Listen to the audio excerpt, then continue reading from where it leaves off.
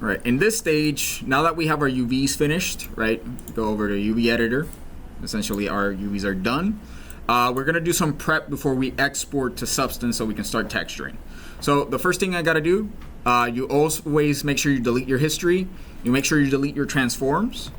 And in my case, I also centered my pivot to the bottom of my object. Now the advantage of doing this, it's not necessary for the texturing phase, but when you guys want to export your model to other programs like Unreal or Blender, it's always good to have the pivot be underneath the object because it allows for basically scaling without clipping through the floor, right? So in order to do this, I'm just going to reset my pivot. You can hold the D key and the V key at the same time, and then you pull down till you reach the bottom of your object. And in the event that you guys might be like above or below the ground, if you hold the X key, that snaps to grid. You can see that little magnet right here. Then you can pull upwards, and then that centers your pivot directly above the floor. Now that we have that set up, I'm going to assign a new material to my object just to have a base material that's going to be shown in Substance and other programs when I export them out. To do so, you hold right click, you head on over to assign new material, and then you got to click new material all the way at the bottom. This is something new that they added in 2025. They're using this new material X data set. But if you want to use the old school materials, you just head on over to new material, and this window is going to pop up. And I'm just going to assign a Lambert material. You can just go straight to Arnold and assign an AI standard surface as well. Honestly, it really doesn't matter all that much because we're going to be creating a new material later on anyway. The reason I'm doing this now is just for organization's sake, to make sure that everything's named evenly when I export it out. So I'm going to assign a Lambert. And over in my attribute editor, if this doesn't pop up, you can just press Control A till it shows up. And then look for the Lambert. In this case, this is like my 4th time doing it, so I have a Lambert 4. I'm going to name this the object name. The material name. I'm going to name it the name of the object underscore MTL or MAT. Right. So in this case, it's pin underscore. In my case, I'm just going to name it MAT for material. Right. It's just very important having that naming convention set up. And that's about it. Right. In terms of prepping for exporting. Then I'm going to go over to File, Export Selection, and I'm going to set my files of type to FBX export. If this doesn't show up in your Maya, it might be that the plugin is turned off. It should be on automatically. In the event that it isn't, you can go over to Windows, Settings and Preferences, Plugin Manager, and then just type FBX. And just make sure that all these boxes are checked. Right. Once that's done, again, we go over to File, Export Selection, set it to FBX, and then I'm going to place this to my folder, right, wherever I have that saved. I already have, that's my textures. I'm at my models folder, FBXs, right, and this is going to be pin underscore example or pin underscore FBX if that's the format you're exporting. Again, just to keep things organized. Now we hit export, and something I forgot to do, and I'm gonna export it again, is also name my object. Right now I just named the FBX file. You also want to name your objects to keep things organized. So just name this pin underscore geo, and I'm gonna re-export. Right, just that kind of escaped me a little bit. I'm just gonna overwrite this, and we're good to go. Now, over in Substance 3D Painter, to make a new file, all you have to do is go to File, New, and in here, right, you pick out your resolution, how you want to work in. I'm going to stay at 2K. You guys could go as high as 8K in some machines. Here, it won't let me go above 4K. We don't really need to go that high for a bowling pin, but this, if you're working higher resolution textures, you would obviously increase that. We select our file. You can work with either FBXs or OBJs. I prefer FBX because it keeps material data, and it also keeps bones as well for animation. But you guys can pick whichever, either OBJ, USD, FBX.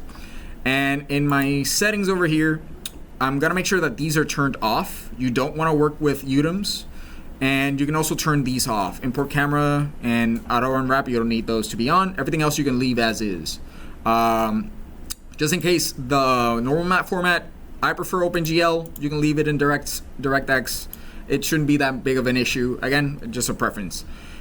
We press OK, and that's going to open up our model and our UV display. Now, Substance, in essence, is just a glorified Photoshop for 3D models. That's kind of oversimplifying it a bit.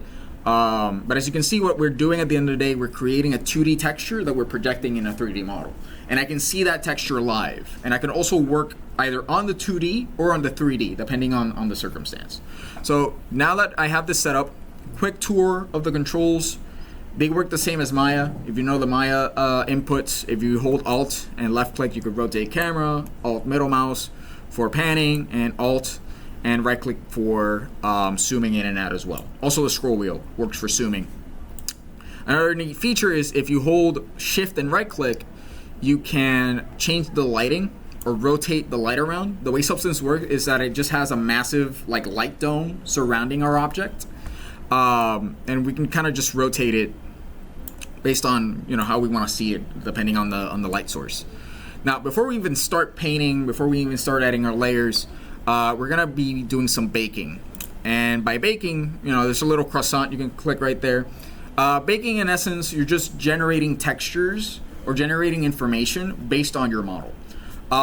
In our case, we're just using a low poly model. We're just making a little bowling pin. There's not much detail, but there could be circumstances where you create a higher fidelity model or a high poly model, such as a character or a more intricate prop. Maybe you sculpt the detail in ZBrush, or it's like really, really high poly. You would need to then later create a low poly version of that model, because it'd be really inefficient to have a model that's millions of polygons. It would really slow down rendering. It would really slow down performance. So here we can turn all of that high detail information into images that we can later project into our low poly version. And for the purposes of this exercise, all we have to do is just mark our box right here that says use low poly mesh as high poly mesh. It's going to be taking details from itself to generate those maps. And they're going to be really important. You can see them right here. These maps later on are going to be used to create different effects within Substance. If you don't do this step first, you're not going to be able to see those effects later on until you bake, right? It's not necessarily the first step. Nothing's going to happen if you don't do it first. But that's the problem. Nothing is going to happen. So you have to bake your textures. You can leave the output size based on the resolution you started with. You could bake at a higher resolution. It really doesn't matter because you're also going to be exporting later on in a different resolution. So it's going to be up to you. I'm going to leave it at the base. And basically, I'm going to leave everything as is by default, and then bake. And this is going to take a while depending on how high your resolution is. It's going to take longer. In our case, it might take a couple seconds to generate our textures, as you can see. Once that's done, we can go back to paint mode by either clicking on the brush over here or at the bottom. And the way I like to work within Substance, the main workflow, ironically enough, the app is called Substance 3D Painter. We're rarely going to be painting anything by hand. There's definitely going to be circumstances when we are, but the main workflow, Substance has a lot of procedural tools. Procedural just means that I'm going to be working with sliders and parameters to generate the effect I want. It's essentially going to do a lot of the work for me, and I'm just, the artistic side of it is just making it look good based on that, right? So the way it works is going to be with layers and fill layers, essentially. The fill layer, right, it's just a paint bucket. It kind of works like the paint bucket in Photoshop, where it just fills everything with the same information. And if we head on over to our properties tab, here we go, so everybody can see it. Right here, I can change the color of my object. I can change whether or not it's metallic. I can change its roughness. I can also add other maps such as emission and transparency and all that, but again, for the bowling pin, we might not need that. In my case, I'm just gonna make my base color, right? I'm gonna go for like a rather generic white bowling pin with the red stripes. Later on, we can add extra details such as dirt and scratches.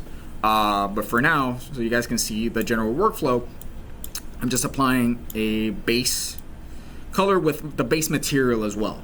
So in the case of the bowling pin, right, I'm adding, in terms of its texture, it's obviously wooden with a sort of overcoat over it. So it might be a bit more shiny, so I can decrease that roughness. Right, obviously there's no metallic value, and then these two we're going to be seeing later. What's the normal and height? Once that's done, obviously make sure you always name your layers. This is going to be my base, and it's pretty much rinse and repeat from here on out. But what makes Substance so powerful, it's the use of masks or alphas. So to give you an example, let's say I wanted to add some red stripes over my model. I create another fill layer, and this is going to be my red stripes.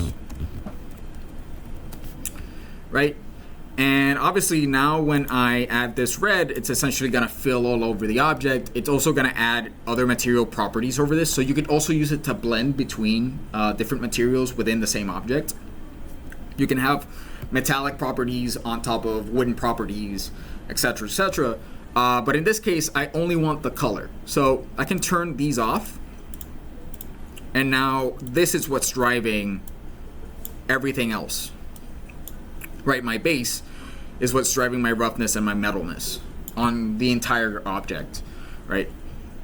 So how do I actually now separate the white and the red? Well, I can start using masks. So if you right click on your fill layer, you can add a black mask, or you can go over here. You can select that here. Here are the masks. Add a black mask, and now it's going to paint everything in that black mask. So if I start painting on it, I'm essentially erasing or painting white over that black mask so that the detail underneath it is shown. Obviously, it's a bit tedious to paint everything by hand, so I'm going to be doing a little bit of cheating. Also, there's a bit of a problem here that if I try to draw a straight line over the surface, you're going to notice we're going to get some warping here. That's due to the UV position overall. When I exported them, but there are ways to circumvent this a little bit. I don't have to go back to Maya and then straighten out all my UVs. I could do some magic here in Substance to avoid having to do that. So like I said, masks are what are so powerful about Substance. I can add now things such as a fill effect over my mask, or I can add it right here. And I can jump into grayscale, this setting right here, and look up lines. So we're going to use this gradient line here, and it's essentially, painting that mask over it. But now I can do some fun stuff like altering the position here. I can scale that down a little bit, and notice how it starts repeating over my surface. And I can also play around with the contrast. So if I want to sharpen these lines, I turn on the contrast 100%. I'm still having that warping issue I mentioned. So to fix that, I can go over to projection settings, and instead of projecting directly from the UV, I can add a cylindrical projection, and that straightens it out. Obviously now I'm having a bit of a different issue where now I have all these stripes that I don't need populating the entire pin, and I kind of just want them over here. Now obviously this is kind of like an overkill example. I'm using this right now, I'm only doing this for 2 lines, but this is essentially the workflow. Now once I have the effect more or less, now I can add another effect, in this case a paint effect, and then manually erase the lines that I don't need. Right now I'm painting white. If I change this to black, I can start erasing, right? But this is kind of tedious having to do this manually, so I'm not going to. I'm going to go over to my polygon fill, and then set my camera, change this to individual faces, and set this to black. And then when I click and drag, I can start erasing certain lines here, right? I might have to do some manual erasing anyway, because in this case, you'll notice that these two are sharing the same face. So if I try to erase it, it also erases it here. In that case, that's not that big a deal. Then I can just manually erase it right here. Can I do that? And notice I'm painting on both the 3D and the 2D viewport almost interchangeably. Now, if you want to work on one specific area, you can press F1. In this case, I'm going to have to use function and F1. There we go. F2 is for the 3D, F3 is for the 2D, and F1 is supposed to be for both at the same time. Let me just erase that. There we go. Now, if I wanted to add something more crazy like dirt or like some edge wear and all that stuff, here's, you know, the fun stuff. I can add, let's say I'm adding some dirt. And if I kind of just want to see it quickly, right, I can jump into create that material. In this case, I will be adding some other parameters to it, right, because the dirt is going to have a different roughness than the pin itself, so it might be more matte. I can also add, let's say some of it's indented on the surface. I can play around with the height. And then, once again, make sure you name your layers. Name this one dirt. Go into add a black mask. Right click, add an effect. And in this case, I'm going to be adding a generator. Here are my generator properties. I can look for a dirt effect. And notice how it's already propagating over my surface. And I can play around with these sliders. Right, this is really the beauty of Substance overall. It's this procedural workflow, it's non-destructive, which means I can keep changing this at any point. Let's say I didn't like the red I have for these pins. I could change them to green. And it changes live, depending on what I want or need, or the needs of the director. If you kind of want to have a preview of how this would look like rendered, you can head on over to this camera over here. It's going to take a while for it to warm up.